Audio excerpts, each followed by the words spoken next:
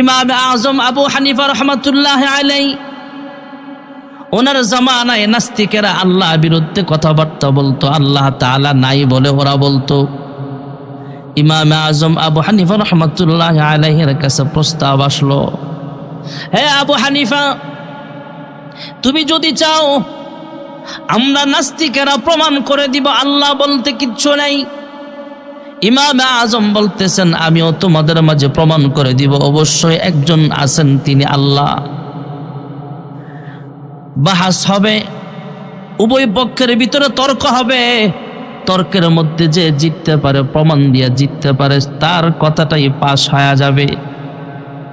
যদি নাস্তিকেরা ওয়াদা দিল, হে আবু হানিফা, যদি তুমি জিতে যাও তাহলে আমরা বিশ্বাস করব অবশ্যই একজন আছেন, তিনি আল্লাহ। আর যদি আমরা জিতে যাই তাহলে তুমি অবশ্যই আমাদের কাতারে শামিল হইবা।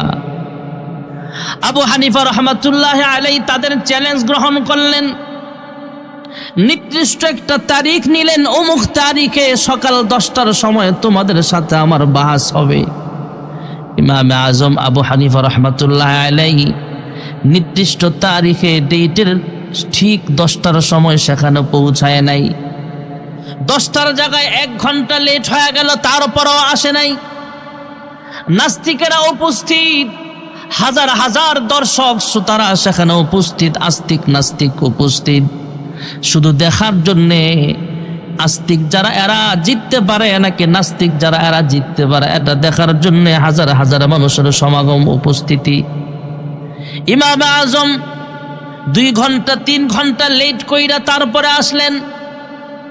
ইমাম আজম আবু হানিফা আসার সঙ্গে সঙ্গে নাস্তিকের নেতারা ডাক দিয়ে কয়, হে আবু হানিফা, তুমি আসছো, তোমার কথার দাম নাই, ওয়াদা রক্ষা করতে পারো নাই। 10টায় আসার কথা, তুমি 3-4 ঘন্টা পরে আসলা, আমাদেরকেও অপেক্ষা করতে হলো। এতগুলো মানুষ এখানে অপেক্ষা করতে হলো, যার জবানের ঠিক নাই, তার সাথে আমাদের কোনো বাহাস নাই। আবু হানিফা ডাক দিয়া কয়, হে নাস্তিকেরা শোনো, তোমরা আমার সাথে বাহাস করার দরকার নাই, আমিও তোমাদের সঙ্গে বাহাস আজকে আর করব না। তবে আমার কেন দেরি হলো আসতে, সেই কারণটা তোমাদেরকে আমি একটু শোনায় দেই।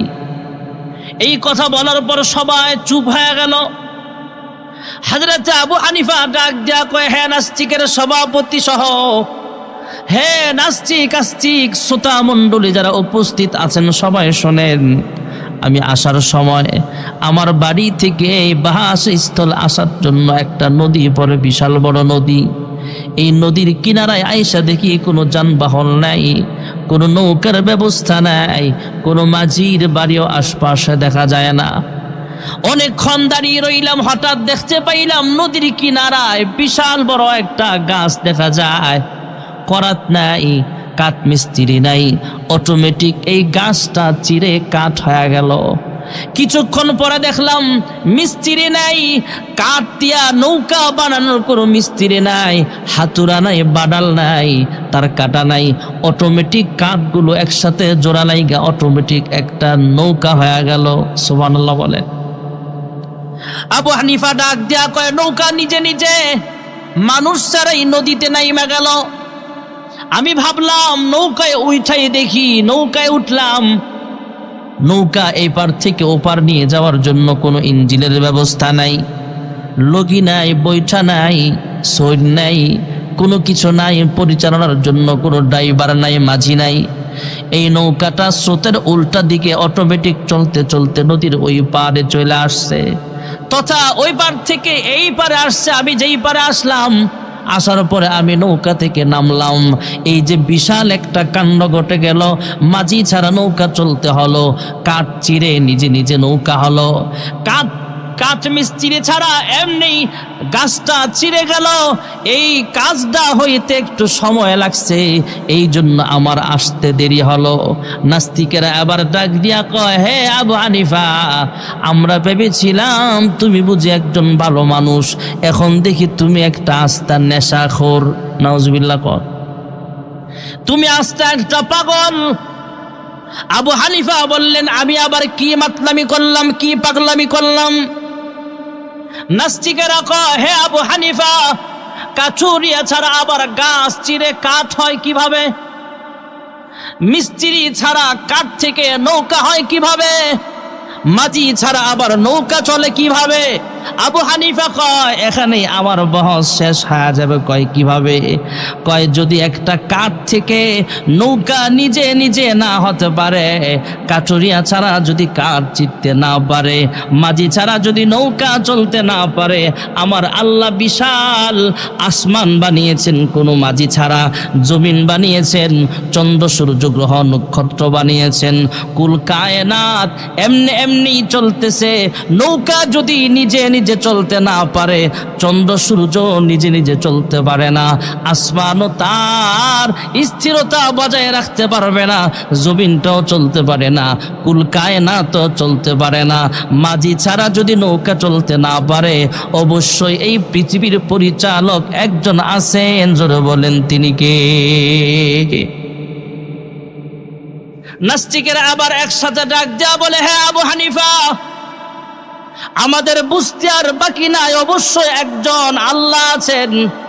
আমরা ওয়াদা করেছিলাম যদি আমরা হেরে যাই কালেমা পড়ে মুসলমান হয়ে যাব।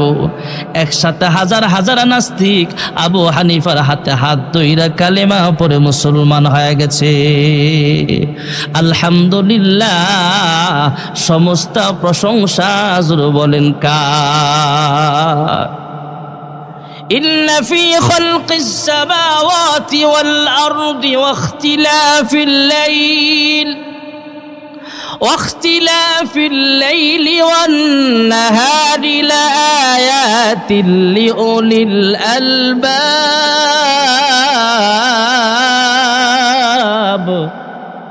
আল্লাহ রাব্বুল আলামিন বলেন, আমি আল্লাহর আসমানের দিকে তাকাও, তোমার 3.5 হাত বডির ভিতরে আমি আল্লাহ রূহ নামক বস্তুটা দিলাম। তোমার হাতের দিকে তাকাইলে বোঝা যায় তোমার ভিতরে আত্মা আছে, তোমার চোখের দিকে তাকাইলে বোঝা যায় তোমার ভিতরে আত্মা আছে, রূহ আছে, তোমার মুখের দিকে তাকাইলে বোঝা যায় তোমার ভিতরে আত্মা আছে, রূহ আছে। আমি আল্লাহকে দেখবা না, কিন্তু আসমানের দিকে তাকাও, গ্রহ নক্ষত্রের দিকে তাকাও, সূর্যের দিকে তাকাও, চন্দ্রের দিকে তাকাও, জমিনের দিকে তাকাও, বিশাল মহাসমুদ্রের দিকে তাকাও, আটলান্টিক মহাসাগরের দিকে তাকাও, আরব সাগরের দিকে তাকাও, তুমি সাগরের দিকে তাকাও, জমিনের দিকে তাকাও।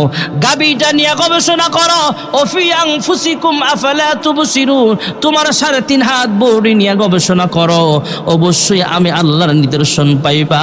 তুমি আমি আল্লাহকে দেখবা না, কিন্তু আমি আল্লাহ যা আছে এটা বিশ্বাস করতে হবে। জোরে কোন সুবহানাল্লাহ। আলহামদুলিল্লাহ, সমস্ত প্রশংসা জোরে বলেন কার? ওয়া আখিরু দাওয়ানা আলহামদুলিল্লাহি রাব্বিল আলামিন।